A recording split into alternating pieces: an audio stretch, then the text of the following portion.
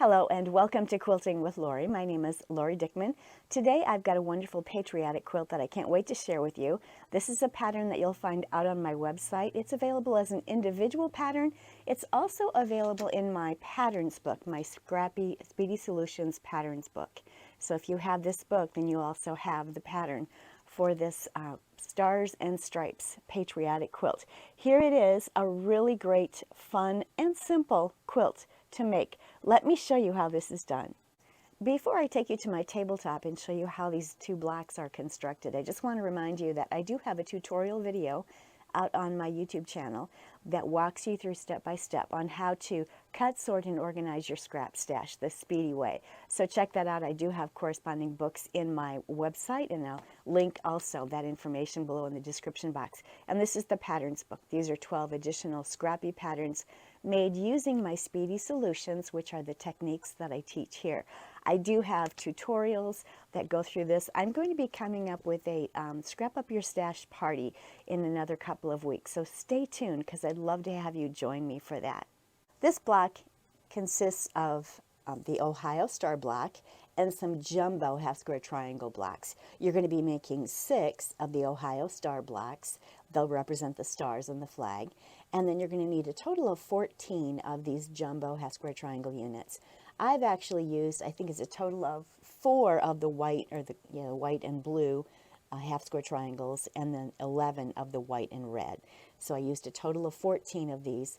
The quilt goes together so quickly because these jumbo units are so large. So first of all, let me show you the Ohio Star and how that's put together. Here is the block, and I'm simply going to pull squares to create this block.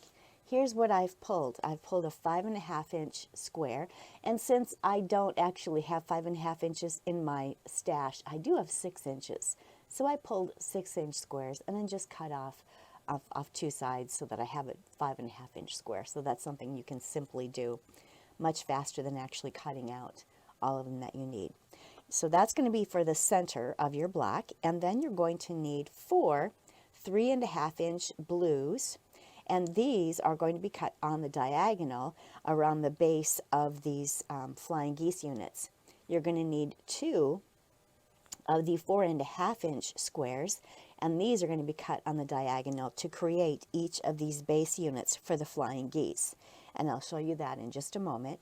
And then of course you need 4 of your 3-inch whites or lights for the outer corners of the block. So we're going to be using a 5.5 inch square in the center, 3-inch squares, for the outside. You're going to be using 2 lights that are 4.5 cut on the diagonal for the base of each of the flying geese units, and you're going to be using 4 blues that are 3.5 inches cut on the diagonal once to create the points that you need for your star. For the jumbo half square triangle units, you're simply going to pull 11.5 inch blue and or red in some whites or some lights, and you're going to pair them up right sides together, and then you're going to draw a diagonal line from one corner to the other. I've pinned these because they're quite large, and I want to make sure they stay together properly as I move them up to my sewing machine. But then I'm simply going to sew a scant 1/4 inch on each side of that diagonal line. And once you have actually sewn that scant 1/4 inch on each side of the diagonal line, then you're going to cut on the diagonal line, and each of these will produce a total of 2 half square triangle units. Here you'll see that I have 2 of the red and white half square triangle units.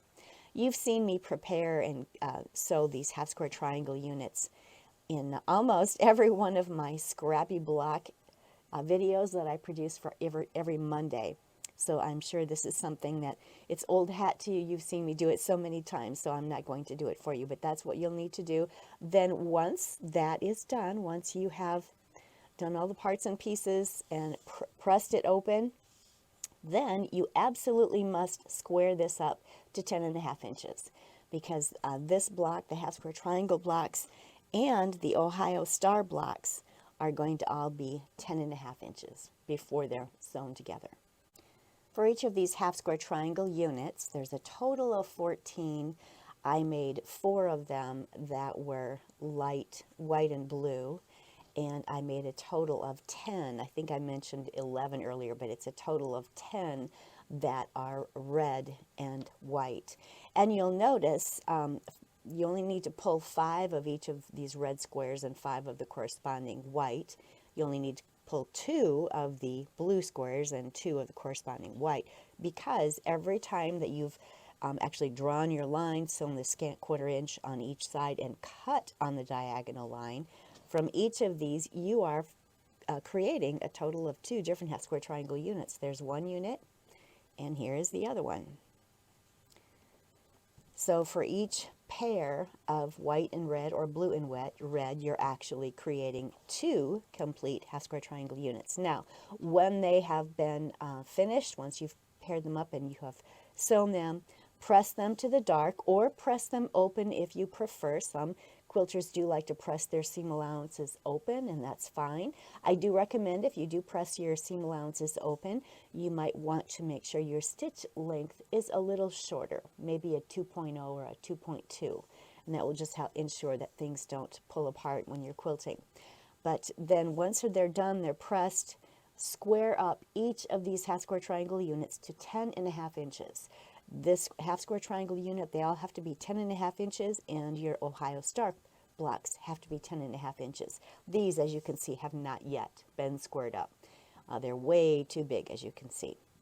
So it's very important that they all get squared up properly. Now let me show you how we're going to create the Ohio Star block. So now let's see how we put together the Ohio Star block.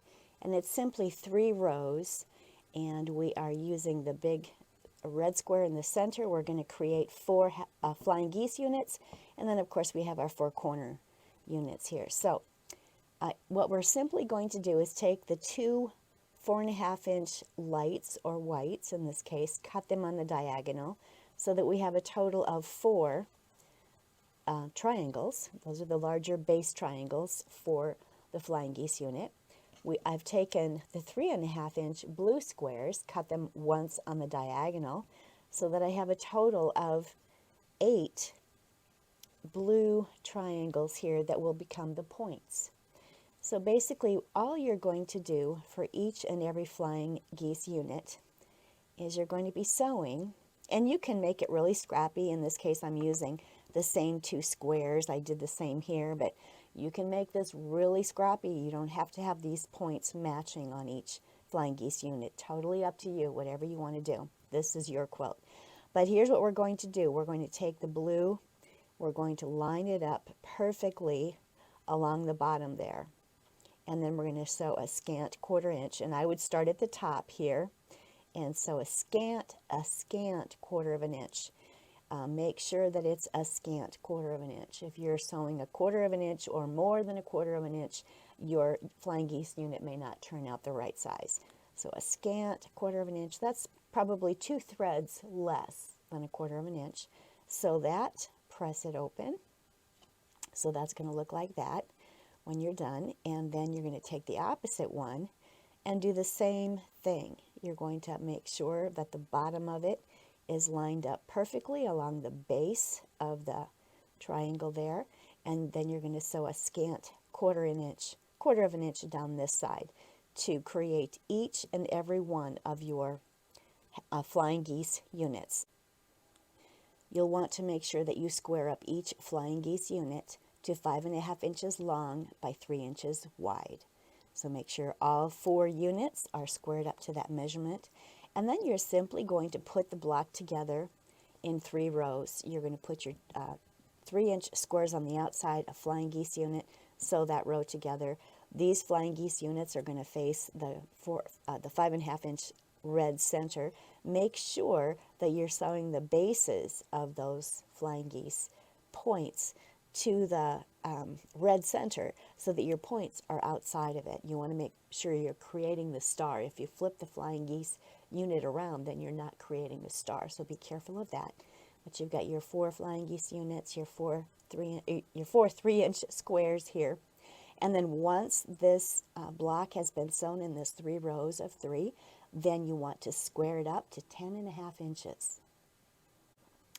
So once you've sewn the quilt together, it would look like this. Now, I do want to point out that you could certainly make this quilt a lot bigger than what I have here. This is a wall size.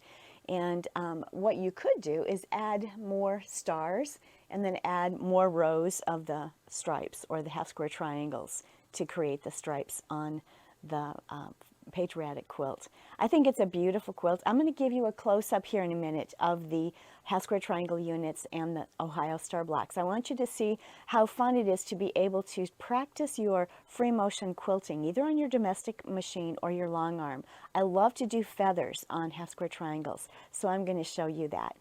And I'll have that at the very end of the video. But thank you so much for joining me today. I hope that you'll have a wonderful July 4th holiday this year, and there's many patriotic holidays that we can use a quilt like this. So I hope you'll make one, put it out in your porch, in your front foyer, just enjoy, and it's a wonderful way to use up your scrap stash. So thank you so much for joining me. Again, my name is Lori Dickman. This is Quilting with Lori. Please don't forget to like, subscribe, and comment below. I'd love to hear from my viewers. Have a wonderful day and happy quilting.